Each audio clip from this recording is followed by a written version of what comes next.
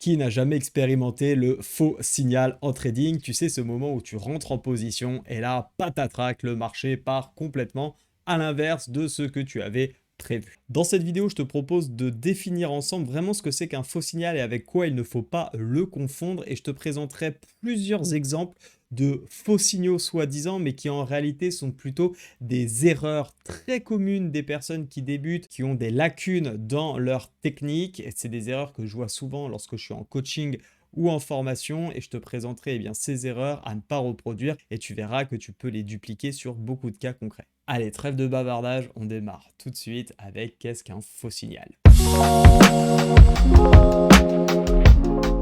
Alors en réalité pour moi il y a deux types de faux signaux. Il y a le vrai faux signal, autrement dit celui qui effectivement te fait rater ton trade tout simplement parce que tu n'étais pas dans la bonne direction. Et il y a également le faux signal. Oui, je sais, c'est un petit peu lourd comme terme, mais qui est plutôt lié à un manque de compétences techniques, un manque de savoir, de connaissances, de bonne application. Et je te présenterai donc des exemples juste après. Mais parlons du vrai faux signal technique. Et il y a quelque chose tout simplement qu'il faut comprendre à ce niveau-là et je te propose qu'on passe sur mes écrans. Prenons cet exemple avec le DAX qui me plaît bien, avec un joli faux signal qu'on a eu, on avait un joli range et on le sait, généralement quand on a un range, on va attendre une résolution, une cassure, soit par le haut, soit par le bas, et puis on va essayer de trader ensuite le mouvement. Bon, je vais prendre le range vraiment hors contexte, hors tendance de fond, etc. Mais peu importe, dans l'idée, c'est vraiment pour te montrer qu'un faux signal peut arriver et on ne pourra pas vraiment s'en méfier et s'en protéger. Tout simplement, ici, on avait un range, comme tu le vois, et il a fini par céder par le bas. On le voit bien, ici, le support avait vraiment très bien fonctionné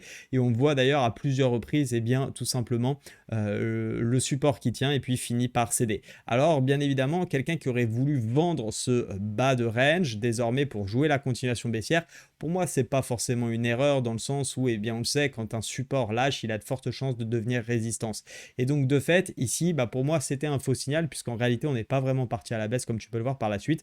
On a fini par réintégrer et au contraire, d'ailleurs, plutôt continuer à remonter et réintégrer ce range. Donc ici, clairement, on avait un faux signal qui peut être une histoire de liquidité, ça peut être une histoire de ce que tu veux, mais en réalité, si ton but, c'est d'attendre une résolution de ce support qui a bien eu lieu et que tu souhaites te positionner à la vente, alors tu ne pouvais tout simplement pas l'éviter. Alors dans cet exemple, c'est pas une catastrophe en soi, puisqu'en réalité, tu vas appliquer du money management et donc tu vas venir sécuriser tes pertes, tu vas limiter la casse et t'inquiète pas que dans d'autres configurations, et tu le sais très bien, quand ça va partir dans le bon sens, tu vas maximiser tes profits parce que tout simplement, quand tu gagnes beaucoup plus que ce que tu ne perds. Maintenant, je te propose de voir des vrais exemples pour moi de faux signaux qui sont plutôt liés à des erreurs techniques, à des erreurs de compréhension de certaines choses. Et tiens-toi bien parce que honnêtement, ça peut beaucoup t'aider et tu vas même peut-être t'apercevoir que tu as des erreurs techniques dans ton trading.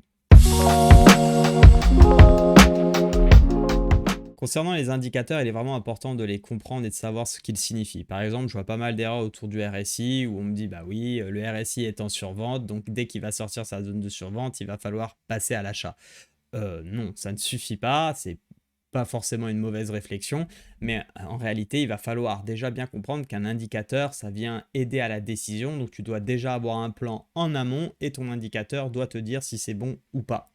C'est simplement comme ça, on ne traite pas avec un indicateur simplement sans avoir fait d'analyse technique au préalable, sans comprendre dans quelle tendance on est, sans comprendre quel est l'environnement dans lequel notre actif évolue. Très très important, sinon ton indicateur, crois-moi, c'est sûr, tu diras qu'il est pourri et qu'il ne fonctionne pas.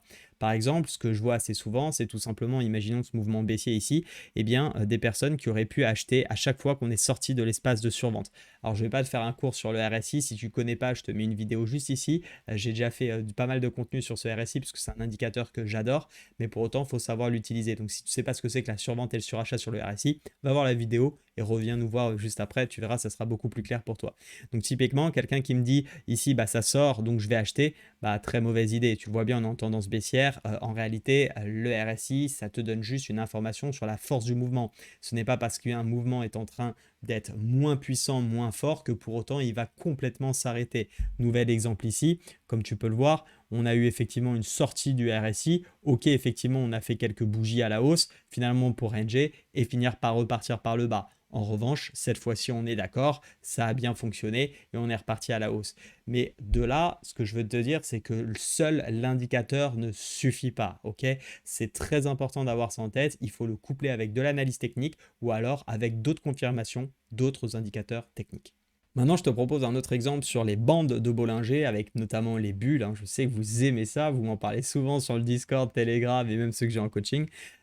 C'est très bien, j'ai rien contre les bulles, bien au contraire, je les exploite également. Mais par contre, il faut être cohérent dans son approche. C'est-à-dire qu'une bulle, il faut savoir exactement ce que c'est et il faut essayer bien, de les trader de la meilleure manière qui soit. On va essayer de prendre, bien évidemment, en tout cas dans ma méthode par exemple, de prendre des bulles qui sont des bougies baissières dans le cas d'excès à la hausse et des bougie haussière dans le cas d'excès à la baisse. Alors par exemple ici, eh bien, si j'avais pris cette bulle moi de mon côté, clairement j'aurais pu dire ah dommage j'ai vendu ici, pardon, j'ai vendu cette bulle là, donc celle que tu vois ici, mais c'était un faux signal. En réalité, pas du tout, parce que je te l'ai dit, dans ma méthode, la bougie doit être rouge, donc si elle n'est pas rouge, ce n'est tout simplement pas un signal. Et là, il y a beaucoup de personnes qui vont commencer à dire ah mais j'ai pas eu de chance, j'ai pas eu de réussite cette semaine.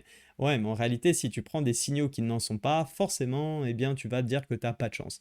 Sois très précis sur ta façon dont tu utilises tes indicateurs et les signaux que tu as. N'hésite pas donc à me dire en commentaire si tu as fait certaines de ces erreurs, si tu t'es reconnu dans celles que j'ai pu dire. Ne te blâme pas, il n'y a pas de honte, on les a toutes faites, moi aussi, et ça m'arrive de temps en temps encore, malheureusement, de prendre un signal un peu moyen. Et en réalité, bah, je dis pas que c'est un faux signal, je dis juste que j'ai fait une erreur. Nous sommes des humains, il n'y a pas de mal à faire des erreurs, il faut juste les identifier pour éviter de les reproduire. N'hésite pas également à liker et à t'abonner si ce n'est pas déjà fait et que tu as apprécié cette vidéo. En attendant, je te dis à très vite, reste prudent sur les marchés. Ciao!